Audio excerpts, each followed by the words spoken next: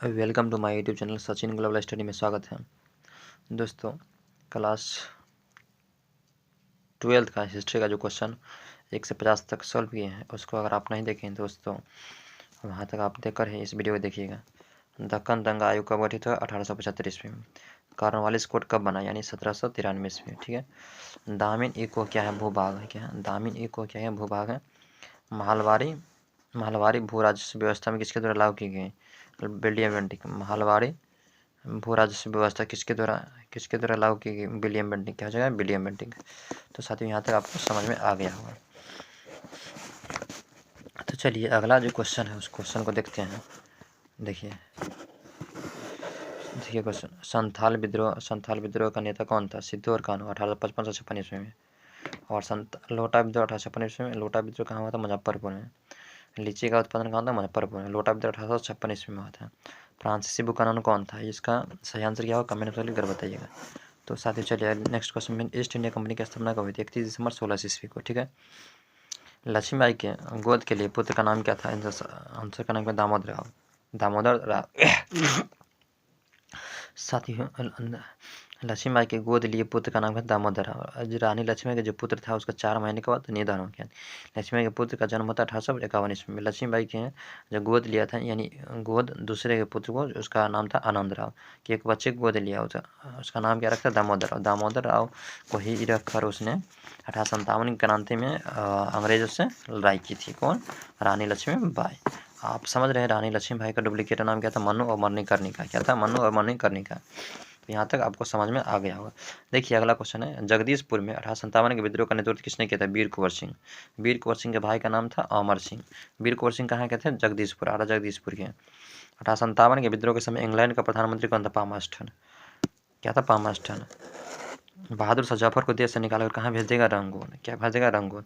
1857 के विद्रोह के समय 57 के विद्रोह के समय भारत का गवर्नर जनरल कौन था? Lord Canning. क्या था? 1857 के विद्रोह के समय भारत का गवर्नर जनरल कौन था? Lord Canning. क्या हो जाएगा? Lord Canning. यहाँ तक आपको समझ में आ गया हो। तो चलिए अगला क्वेश्चन, व्यापक सिद्धांत का प्रतिपादन किसने किया? डलहौजी ने। व्यापक के सिद्धांत का प्रतिपादन किस संबंध किसने? डलहौजी से। क्या हो जाएगा? डलहौजी से। 1857 की क्रांति की स्थिति का आरंभ हुई 10 मई। गेटवे ऑफ इंडिया कहाँ स्थित है? बम्बई में। गेटवे ऑफ इंडिया क्या? बम्बई में। इंडिया गेट का निर्माण कब? 1931 में। इंडिया गेट का निर्माण कब हुआ था? 1931 में। यहाँ तक आपको समझ में आ गया हो। तो साथियों चलिए देरी किस बात की, और हमारे यूट्यूब चैनल को लाइक कीजिए, शेयर कीजिए और सब्सक्राइब कीजिए। देखिए अगला क्वेश्चन है, भारत में रेलवे की शुरुआत कब? 1853 ईस्वी में। 1853 ईस्वी में। वास्को डी गामा भारत का 17 मई 1498 ईस्वी में। ठीक है। भारत में रेलवे की शुरुआत 1853 में। अगर पूछ दिया जाए विश्व में रेलवे की शुरुआत कभी, तो 1953 लगा दीजिएगा। ठीक है। ब्रिटिश शासनकाल में भारत में धन प्रवास का सिद्धांत किसने प्रतिपादित किया? दादा भाई नौरोजी ने। भगत सिंह को फांसी कब दी गई? 23 मार्च 1931 ईस्वी को 7:33 में भगत सिंह को फांसी दी गई थी। ठीक है। यह अगला क्वेश्चन है, मुस्लिम की स्थापना कब हुई? 1906 ईस्वी में। 1906 ईस्वी में। स्वतंत्र भारत के प्रथम गवर्नर जनरल कौन थे? Lord Mountbatten. या स्वतंत्र भारत के प्रथम गवर्नर जनरल लॉर्ड माउंटबेटन। अगर ये पूछ दिया जाए कि स्वतंत्र भारत के प्रथम भारतीय गवर्नर जनरल कौन थे? सी राजगोपालाचारी। ठीक है। अगला क्वेश्चन है, भारतीय राष्ट्रीय कांग्रेस की प्रथम महिला अध्यक्ष कौन थी? Annie Besant. क्या हो जाएगा? Annie Besant. भारतीय राष्ट्रीय कांग्रेस की प्रथम महिला अध्यक्ष कौन थी? Annie Besant. जय हिंद का नारा किसने दिया था? सुभाष चंद्र बोस ने। दिल्ली चलो का नारा किसने दिया था? सुभाष चंद्र बोस।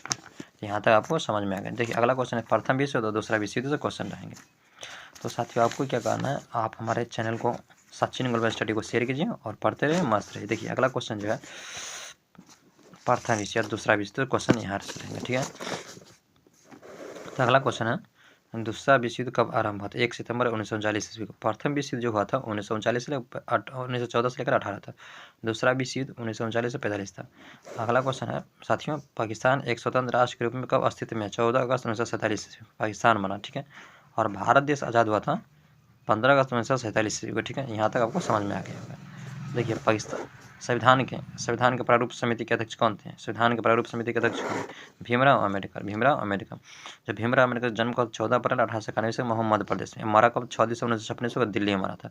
संविधान सभा के अस्थायी नहीं, अस्थायी थे कौन? डॉक्टर सच्चिदानंद सिंह, क्योंकि डॉक्टर सच्चिदानंद सिंह थे वो जो बुजुर्ग थे, सबसे बुजुर्ग वहीं के थे। और डॉक्टर राजेंद्र प्रसाद जो संविधान सभा के अस्थायी अध्यक्ष थे, जिसका जन्म 3 दिसंबर 1884 को जीरादेई बिहार में होता है। डॉक्टर राजेंद्र प्रसाद 1950 से लेकर 1962 तक राष्ट्रपति बने, यानी 2 बार राष्ट्रपति बने। कौन? डॉक्टर राजेंद्र प्रसाद। डॉक्टर राजेंद्र प्रसाद एक ऐसे व्यक्ति थे जो प्रत्येक क्लास में फर्स्ट डिवीजन होते थे। और अगला क्वेश्चन है, भारत कब गणतंत्र हुआ? ठीक है साथियों, भारत कब गणतंत्र हुआ? 26 जनवरी 1950 और स्वतंत्र पूछ दिया था 15 अगस्त 1947 ईस्वी को। लगा दीजिएगा ठीक। स्वतंत्र भारत के प्रथम गृह मंत्री कौन थे? स्वतंत्र भारत के प्रथम गृह मंत्री कौन थे? सरदार वल्लभ भाई पटेल। पाकिस्तान का पहला प्रधानमंत्री कौन था? लियाकत अली। पाकिस्तान का पहला प्रधानमंत्री कौन था? लियाकत अली। अगर पूछ दिया जाए कि पाकिस्तान देश कब आज़ाद हुआ था तो आंसर बताइएगा 14 अगस्त 1947 ईस्वी को। यहाँ तक आपको समझ में आ गया होगा। देखिए अगला क्वेश्चन, अगुंतर निकाय के अनुसार महाजनपदों की संख्या कितनी? 16 महाजनपद, 16 महाजनपद, जिसमें से अंग, मगध, वज्र, यह मगध 3 महाजनपद हैं जो बिहार में है। क्या है? बिहार में। तो अंग की राजधानी का चंपा, मगध, वज्र, इसमें सबसे पूछा जाए कौन सा महाजनपद सबसे शक्तिशाली है तो मगध। मगध था क्या? बिहार पूछ दिया जाएगा बिहार में 3 महाजनपद है। ठीक है। और पूछ दिया जाए बिहार दिवस कब मनाया था? 22 मार्च को। और बिहार दिवस ना पूछिए, अगर पूछ दिया जल दिवस कब मनाया था? 22 मार्च को। ये भी आपका सही आंसर हो जाएगा। तो साथियों अगला क्वेश्चन है, मगध साम्राज्य की स्थापना किसने की थी? बिंबिसार ने। मगध साम्राज्य की स्थापना किसने? बिंबिसार ने। बिंबिसार जो थे हर्यक वंश के संस्थापक थे बिंबिसार। यहाँ तक आपको समझ में आ गया होगा। देखिए साथियों, चंद्रगुप्त मौर्य का शासनकाल क्या था? 327 से लेकर 298 ईसा पूर्व। ठीक है। विक्रमादित्य की उपाधि किस सम्राट ने ग्रहण की? चंद्रगुप्त द्वितीय। भारत का नेपोलियन किसे कहा जाता है? समुद्रगुप्त। भारत का नेपोलियन किसे कहा जाता है? समुद्रगुप्त को। भारत का नेपोलियन किसे कहा जाता है? समुद्रगुप्त को। भारत का नेपोलियन किसे कहा जाता है? समुद्रगुप्त को। अगला क्वेश्चन है साथियों, देखिए अशोक किस वंश का शासक था? अशोक जो था, अशोक किस वंश का शासक? मौर्य वंश का।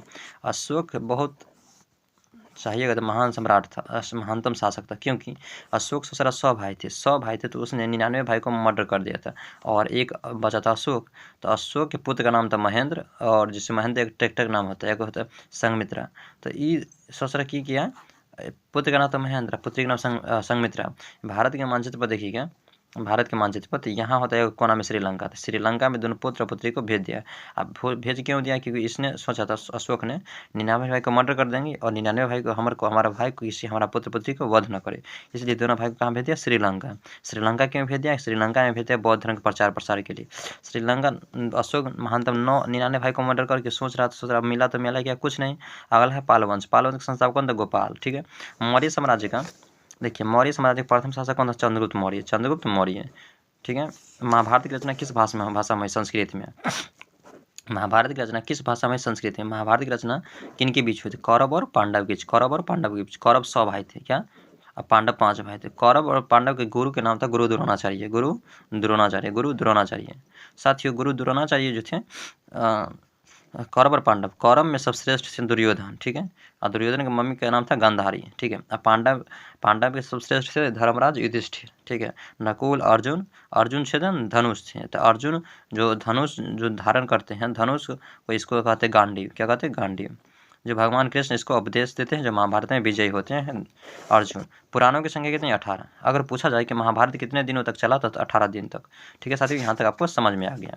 महाभारत के युद्ध में किसने विजय प्राप्त की? पांडव ने, क्योंकि 5 भाई थे इसलिए प्राप्त नहीं हुआ, क्योंकि कृष्ण भगवान उसके साथ दिए थे। ठीक है।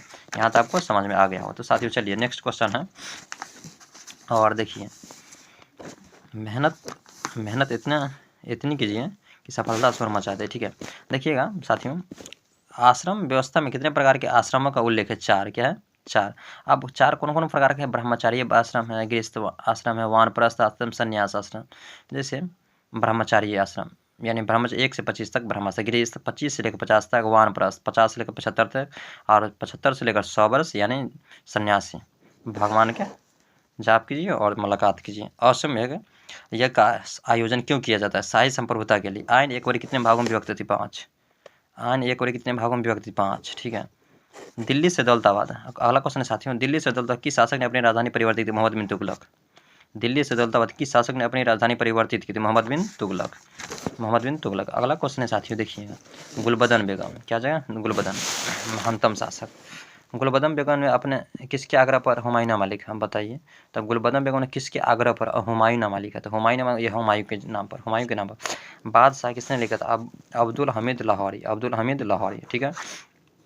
फतेहपुर सीकरी को राजधानी किसने बनाया? अकबर ने। फतेहपुर सीकरी को राजधानी किसने बनाया? अकबर ने। यहाँ तक आपको समझ में आएगा। अकबर ने किस सन में दीन इलाही धर्म चलाया? 1582 ईस्वी में। यहाँ तक आपको समझ में आएगा। 1582।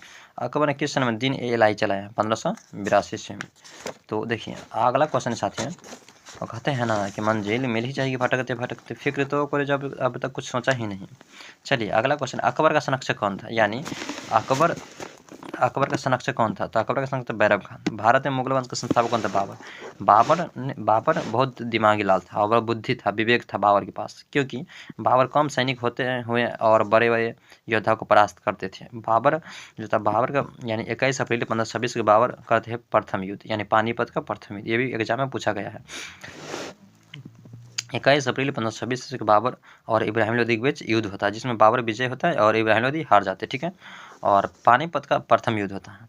और सेकेंड युद्ध होता है 1556 ईस्वी में। तीसरा युद्ध होता है पानीपत का 1761 ईस्वी में। बाबर हमेशा होते हैं। बाबर 1530 ईस्वी में मर जाता है बेचारा।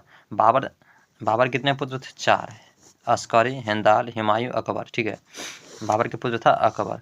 अकबर का जन्म होता है 1542 ईस्वी में, ठीक है। भारत का अंतिम मुगल सम्राट कौन था? बहादुर शाह जफर। भारत का अंतिम मुगल सम्राट कौन था? बहादुर शाह जफर, जो 1862 ईस्वी में निधन होता है। अकबर के समकालीन इतिहासकार कौन था? बंदायूनी। अकबर के समकालीन इतिहासकार कौन था? बंदायूनी। तो साथियों क्लास 10th का जो एग्जाम की दृष्टि से, और देखिए इस सब्जेक्टिव क्वेश्चन सब और यहाँ से भी कुछ क्वेश्चन रहने की संभावना है। तो साथियों वीडियो कैसी लगी? वीडियो अच्छी लगी तो शेयर अवश्य कीजिए। तब तक पढ़ते रहिए, मस्त रहिए, स्वस्थ रहिए। अगले किस वीडियो चाहिए कमेंट करके लिए बता दिए। जय हिंद, जय बिहार, धन्यवाद।